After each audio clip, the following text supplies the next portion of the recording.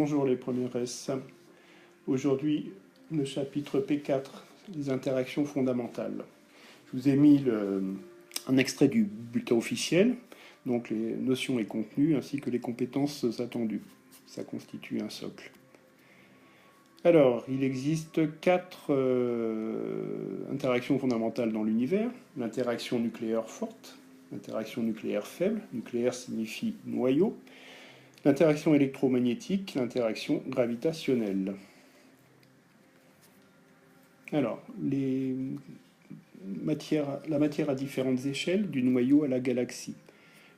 Donc là, je vous ai mis un document que je vous distribuerai en classe et que l'on complétera à ce moment-là. Alors, rappel sur l'ordre de grandeur d'une valeur. Donc, c'est la puissance de 10 qui s'en approche le plus. Par exemple, 2,3 10 puissance 2, ça nous donne 10 puissance 2, puisque 2,3 est plus proche de 1 que de 10. 5,5 étant plus proche de 10, ça nous donnera 10 fois 10 puissance 4, ça fait donc 10 puissance 5. Idem pour 6,3, 10 moins 7. 6,3 étant plus proche de 10. 10 fois 10 moins 7, ça nous donnera 10 moins 6. Les particules élémentaires, ce sont des particules indivisibles sans sous-structure interne. L'électron en est une. Le proton et le neutron n'en sont pas, mais on considérera que oui en première S. Alors, les caractéristiques physiques maintenant de ces particules. Donc un petit tableau avec la masse, l'ordre de grandeur de la masse et la charge en coulombs. Donc le neutron, le proton et l'électron. Alors les masses des protons et neutrons sont sensiblement les mêmes, mais ça diffère légèrement. Ça aura son importance en radioactivité quand on fera les bilans d'énergie. L'ordre de grandeur de la masse sont ici. Les charges 0 plus E moins E, puisque la charge du neutron c'est 0, puisqu'il est neutre, comme son nom l'indique. Alors E est la charge électrique élémentaire et sa valeur est de 1,6 10-19 coulombs. En valeur absolue, la charge de l'électron est égale à la charge du proton. Et le coulomb, c'est l'unité de charge électrique. Donc les exercices que l'on fera en cours, 5, 6, 7, 9, page 138. Alors, les interactions fondamentales maintenant. Donc je vous donnerai une activité beaucoup plus complète sur ces 4 interactions. Alors l'interaction gravitationnelle, c'est une interaction qui est liée à la masse.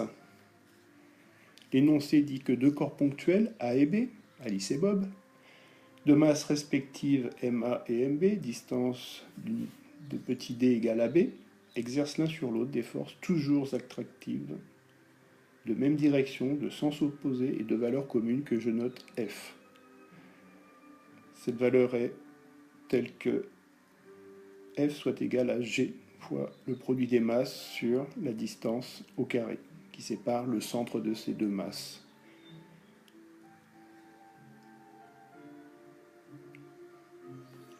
G est ce que l'on appelle la constante de gravitation universelle. F est la force gravitationnelle en Newton.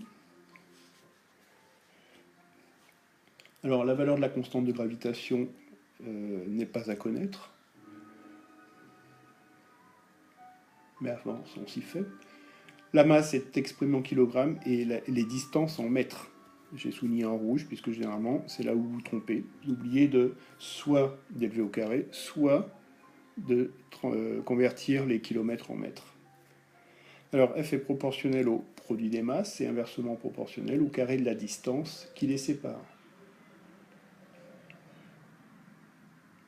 Donc, même si D est très très grand, 1 sur D carré existe toujours, donc la portée est infinie. Ça sera très faible, mais ça existera toujours. L'interaction électromagnétique, elle s'exerce entre corps chargés, donc qui portent des charges électriques.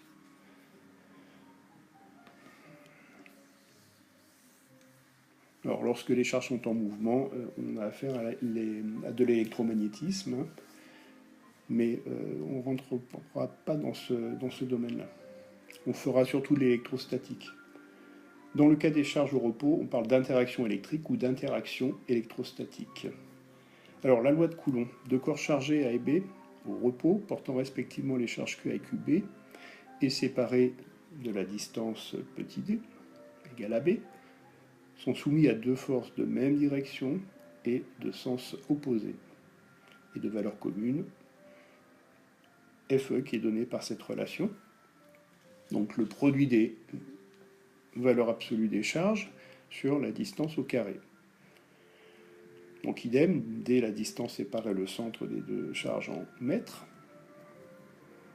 Alors même remarque que pour la relation de Newton.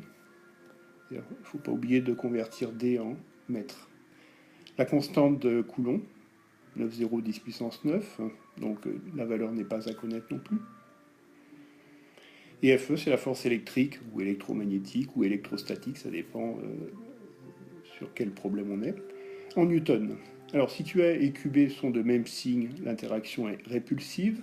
Si FA et FB de signe opposé, l'interaction est attractive. Plus et moins s'attirent, plus et moins se repoussent. Alors, l'interaction nucléaire forte, elle assure la cohésion des noyaux atomiques, donc c'est une sorte de glue entre les nucléons. Je rappelle qu'un nucléon, c'est soit un proton, soit un neutron. Alors, voir l'activité P4, Doc 3. Idem pour l'interaction nucléaire faible. Donc, elle est responsable des réactions de fusion nucléaire et de la radioactivité bêta, que l'on verra au prochain chapitre.